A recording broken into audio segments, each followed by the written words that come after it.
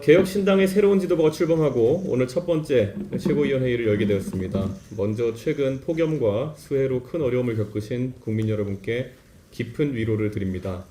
어제부터 남부지방에 다시 시작된 폭우 피해에도 개혁신당은 끝까지 살피고 신속하게 지원하겠습니다.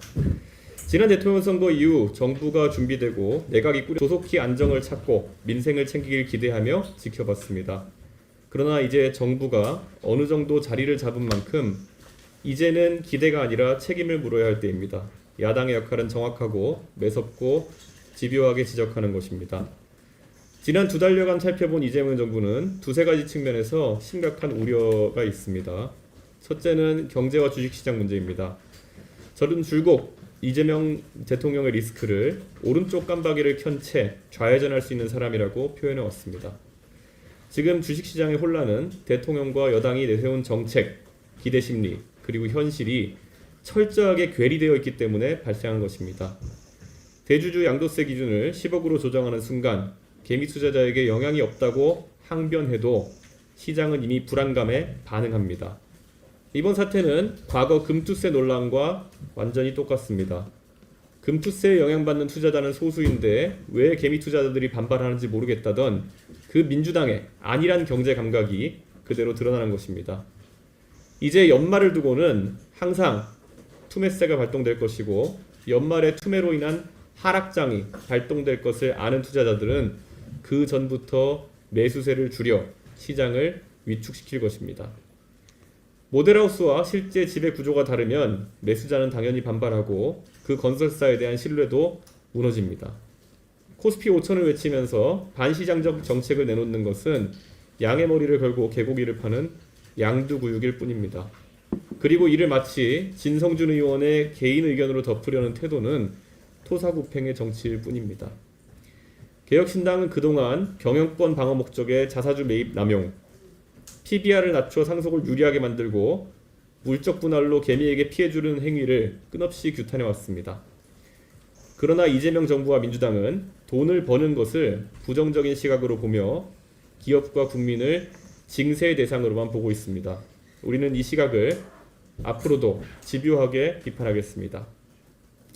두 번째로 지적하고 싶은 것은 기업을 옥죄는 정책입니다.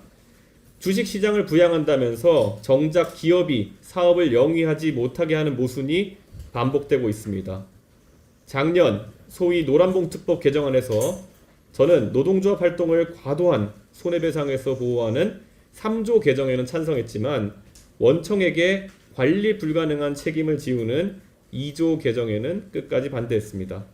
기업 환경을 악화시키면서도 정작 통상 협상이 급해지면 총수들을 워싱턴으로 불러 모아야 하는 현실, 말뿐인 외교보다 기업과 함께하는 외교가 훨씬 강력하다는 것을 보여줍니다.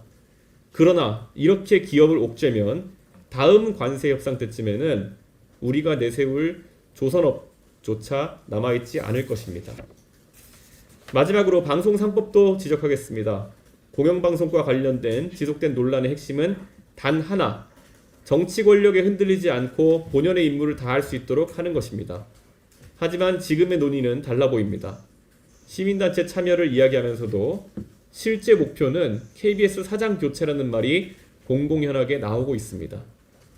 3개월 내 공영방송 이사회를 재구성해야 된다는 말은 이 법이 사실상 3개월 내 공영방송 사장의 교체를 위한 법이라는 증거입니다.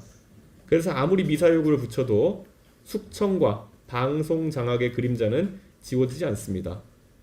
박장범 사장은 저도 청문위원으로 참여했지만 청문회에서도 결정적인 도덕적 흠결이 드러나지 않았고 계엄 이후 취임했기 때문에 탄핵과도 무관합니다. 정권의 성패는 집권 초기 힘을 어디에 쓰느냐에 따라 갈렸습니다. 박근혜 정부는 이념전쟁과 통진당 해산에, 문재인 정부는 적폐청산과 검찰과의 삿바싸움에, 윤석열 정부는 여당 장악과 정적 말살에 몰두했습니다. 이재명 정부가 다른 길을 가지 않는다면 다른 결말을 기대하기도 어려울 것입니다.